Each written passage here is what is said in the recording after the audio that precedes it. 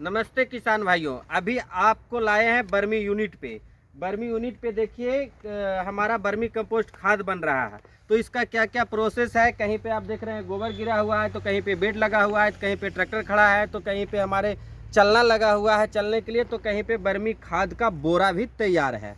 तो ये यहाँ पे किसानों के लिए कई चीज़ें निर्माण किए जाते हैं। जैसे पहला नंबर तो जो मुख्य चीज़ें हैं खाद, वो बर्मी कंपोस्ट खाद के बारे में बता दें। बर्मी कंपोस्ट खाद का पूरा प्रोसेस मैं संक्षेप में बता दूं, विस्तार पूर्वक आप जान लीजिए।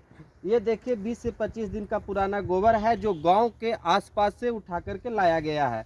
और इसमें से जो खैर पतवार यानी जो ये प्लास्टिक देख रहे हैं, पत्थर देख रहे हैं, इसको अलग कर दिया जाता है और इसको एक यूनिट में जो बेड है उस बेड में डाला जाता है। और उस बेड में डालने के बाद पानी से सिंचाई किया जाता है, ठंडा किया जाता है ताकि मीथेन गैस पूर्ण रूप से गोबर से निकल जाए, ताकि गर्म ना रहे। गर्म से क्या होता है, मीथेन गैस गर्म करता है और गर्म से क्या होता है, केचुआ मर जाते हैं।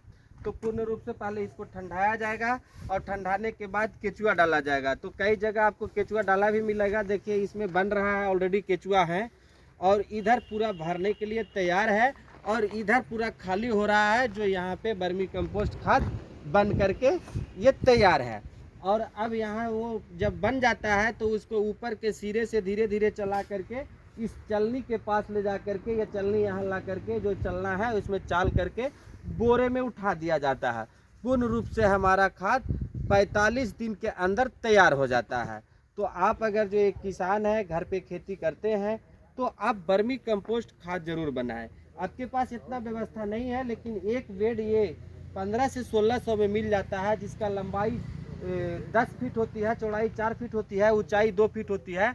और ये पॉली बैग कहा जाता है। और ये बैग ले करके आप घर पे कहीं पे लगा सकते हैं जहाँ पे छाया हो, वहाँ पे लगा करके आप घर का जो गोबर है उसको इकट्ठा कीजिए। जब 20 से 25 दिन का हो जाए तो उसको इसमें भर दीजिए। भरने के बाद पानी से उसको ठंडा लीजिए। इतना ठंडाने का चेक करिए हाथ डाल के कि ठंडा हो गया है, तो उसमें केचुआ खरीद लीजिए। केचुआ 300 से 400 रुपये केजी मिलता है। वो केचुआ का नाम होता है ऐसे नहीं फोटीडा। और ये केचुआ क्या करते हैं, गोबर को खाते हैं और खा के जो मल करते हैं, बीट करते हैं, वही हमारा वर्मी कंपोस्ट खाद होता है। तो एक बेड में लगभग 10 क्विंटल हमारा गोबर अटता है और 10 क्विंटल में लगभग हम एक सिंचाई करने के बाद 5 केजी केचुआ डाल दें तो लगभग 45 से 60 दिनों में मेरा पूर्ण रूप से एक बेड लगभग 7 से 8 क्विंटल 10 क्विंटल का वो हमारा 10 पैकेट जिसको हम लोग बोलते हैं हमारा खाद बर्मी तैयार हो जाता है। और जब तैयार कर ले तो फिर दोबारा प्रक्रिया ऐसे करते रहें, रिसाइकिल करते रहें, तो आपका खाद कहीं से खरीदने नहीं पड़ेंगे। इस खाद में सभी पोषक तत्व पाए जाते हैं जो पौधे को चाहिए। आप जो रासायनिक खाद यूज करते हैं उस खाद में 1-2 प्रकार के पोषक तत्व पाए जाते हैं। आपको यूरिया की बात करें तो केवल नाइट्रोजन पाया जाता है, डीएपी की बात करें तो फास्फोरस और नाइट्रोजन पाया जाता है, आपको पोटास की बात करें तो केवल फास्फोरस पाया जाता है। तो इसी तरह से आप रासायनिक खाद लेते हैं तो 1 से 2 प्रकार के पोषक तत्व पाए जाते हैं।